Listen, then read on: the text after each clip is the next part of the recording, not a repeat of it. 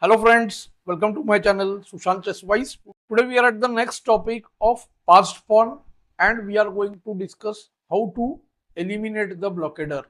So we will quickly get into the positions and see what is a blockader and what are the ways to get rid of the blockader. So we have this position at hand. We are going to cover two positions. This is white to play. Have a look at it and you will know that the a7 pawn is really strong. It wants to queen, but a piece sitting in front of a pass pawn usually is called a blockader. It is not letting the pawn move.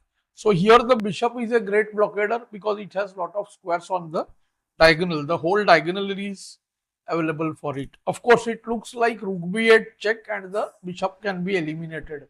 So 2 points of dealing with the blockader are destroying the blockader and deflecting it. So that is we are going to replace it with a weak blockader. So see, of course, kg7 loses outright. Rook takes bishop. Rook f1 trying to get the rook behind the pass pawn, but there is no time. Rook g8 check, king g8 and queen comes up with a check. So black cannot give any checks. White is winning. So after rook b8 check, black played rook f8, only move. And now see, we should not take the rook here because after taking the rook, white's king will have a really long journey to undertake after kb6, kg7, kc7, kg6, kb8. Bishop moves away, b8, queen takes, king f5. And soon after any king move, ke5, and the black pawn would, of course, win. So rook into 8, rook 8, king b7. Many weaker players don't consider this line at all, thinking that the black king is really closer to the white pawn, but it's not so. After rook moves 8, queen, rook takes, king takes, both lines. If king f7 trying to come closer to the pawn, then kb7 allows a distant opposition. And now see after ke7, kc7, it's winning whenever the pawns are on same line. The squares d6, c6 and b6, these are the key squares. Once the king gets there, it's winning. So see k e8, kd6, kf7, kd7. Opposition once again, king f8, ke6, ke8. Black has the opposition, but it's of no use because whenever king is on the 6th rank and pawn behind it, other than rook pawn, this position is always winning. You can check out my whole playlist on king and pawn endgames where I have discussed all this in detail. I will put it in the description below. So king d6, king d8, e6, ke8, e7. King has to go away and kd7.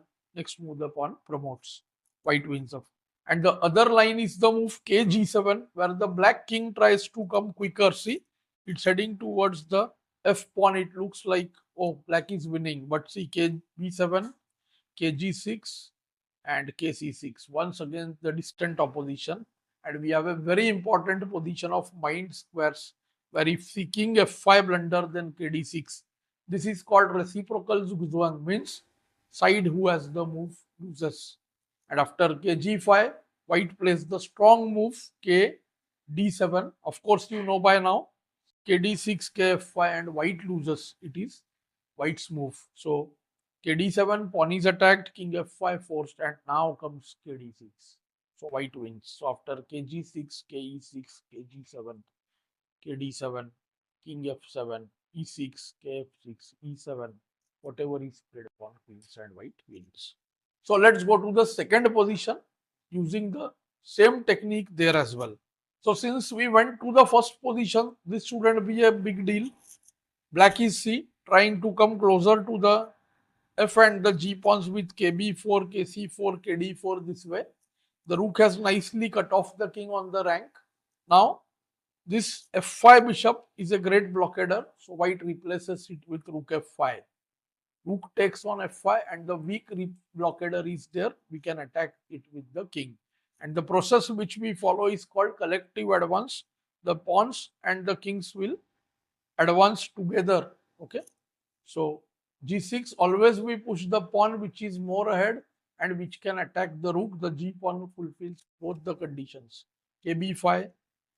Of course, g7 blunder because rook g8 and the g pawn is lost. Never have gap of more than 2 squares between the pawn and king. That is a general rule. f5.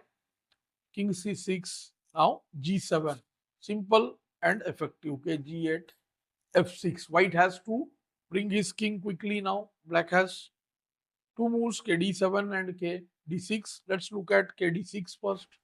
King f5, kd7, kg6, can't go ke8 because of f7 check. So ke6 forced, f7, rook takes, pawn, king takes, and next move the pawn promotes. So white wins. And after kd7, this is main move. Black has a try here, king f5, ke8, kg6, and to stop f7, he goes rook f8. Interesting try, but here too it fails by a move. Pawn takes, rook check, king takes, and see f7. Now wherever the king moves, it has only one place. King has to give way after ke7, kg7, the f pawn queens, and white wins. See, once we know the technique, things become very easy. We get a proper direction to think, and we can try to use those things one by one if we have the list ready. So that was the purpose of this lesson, to know how to use a passed pawn and how to treat the blockader. Definitely let me know how you found this lesson in the comments below. Thanks for your time.